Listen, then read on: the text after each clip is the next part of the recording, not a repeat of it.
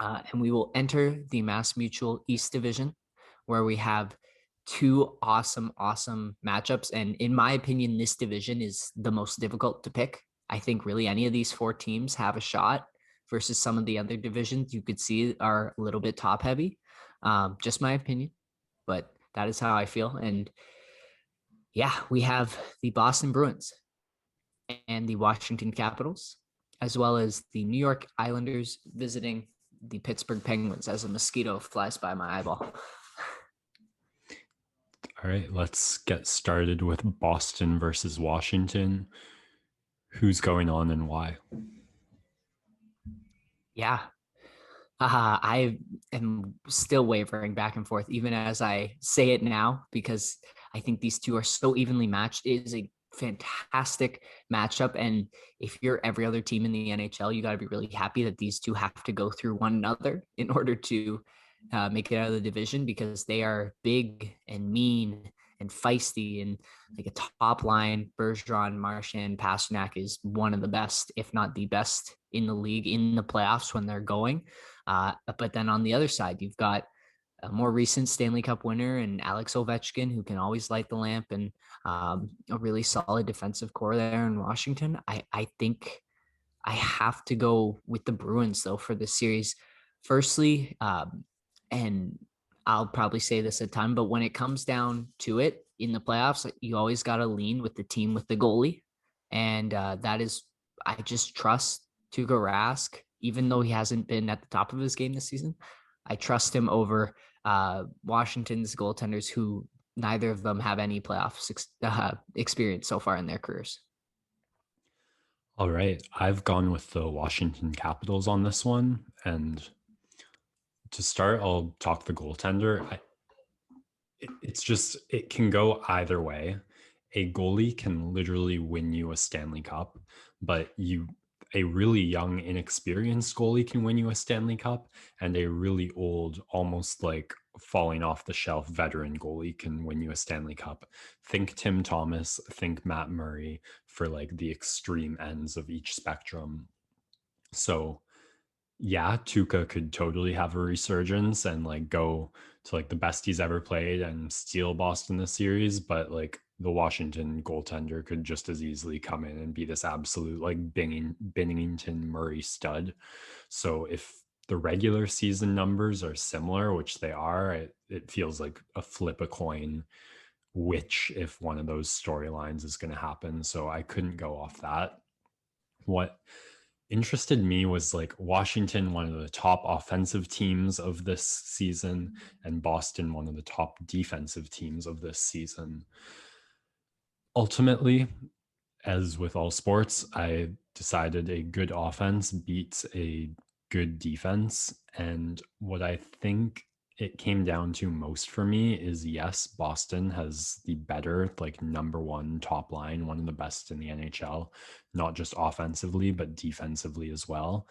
But Washington's goal scoring goes deeper. They just have a lot of guys who have gotten more than 10 goals this season, and a couple other guys like Evgeny Kuznetsov and Carl Hagelin, who maybe didn't have like the flashiest season, but they're solid goal scorers who can get it done for you on the third line. So I think over 7 games, Washington manages to find more goal scoring success throughout their lineup, and that's going to be the difference, even if that top line can like win Boston a couple games on their own.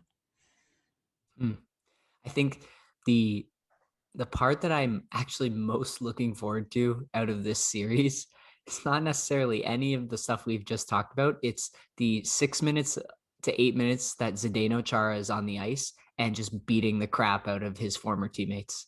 I cannot wait for that. Man, can you imagine if we see Chara deck Marchand? Oh, Like, I might cry tears of joy. I might take that over a Leaf Stanley Cup. I take it back, like hockey gods. You didn't hear that. Yeah, might have to cut it. Never speak it into existence. But it will be nice nonetheless. All right. Shall we move on to our other series in the East Division between the New York Islanders and the Pittsburgh Penguins. Max, I'll let you go first for this one. All right.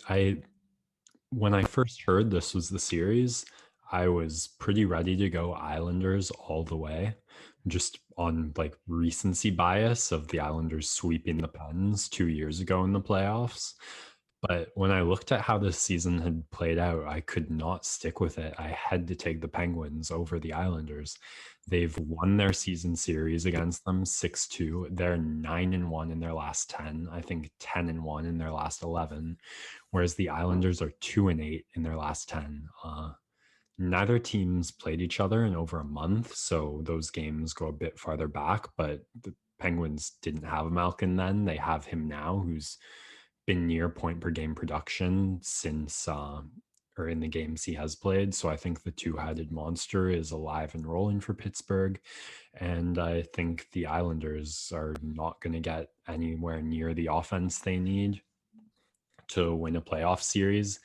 And I don't see them like I think the Zajac and Palmieri Yeah. pickups did not do what they were hoped to do. And this is a team on the downswing. The only way I know you've talked about, and I think this is what you're going to say, they can like force these really low scoring, like gritty, grindy games similar to the Columbus Leafs. It might be a bit of a heart pick that I just want to see Crosby go as far in every playoffs as he can, but I'm picking the Penguins. I am completely in the same boat as you. In terms of everything you've just said, but I have to, once again, just like I did in our preseason picks, I have to emotionally hedge against myself because I do not like the New York Islanders, which is exactly why they will win this series.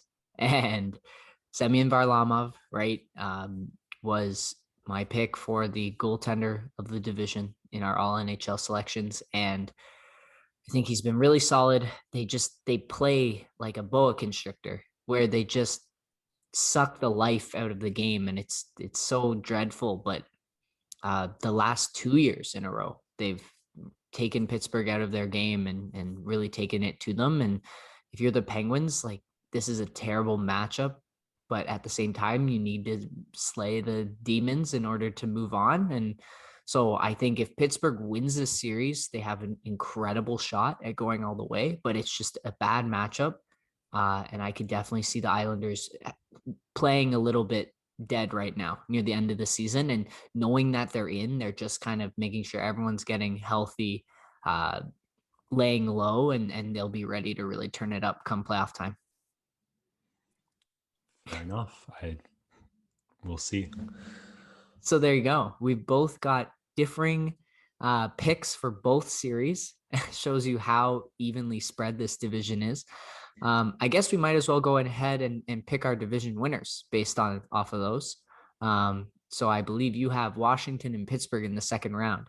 Do you have a quick off the bat pick of who you think will be winning the East Division? Pittsburgh. All right. And based off of my Islanders and Bruins, I will go with Boston winning the East Division. Again, my two least favorite teams, so there's not really a great pick here either way, but I think Boston has caused me more emotional trauma, so I will pick them as an emotional hedge.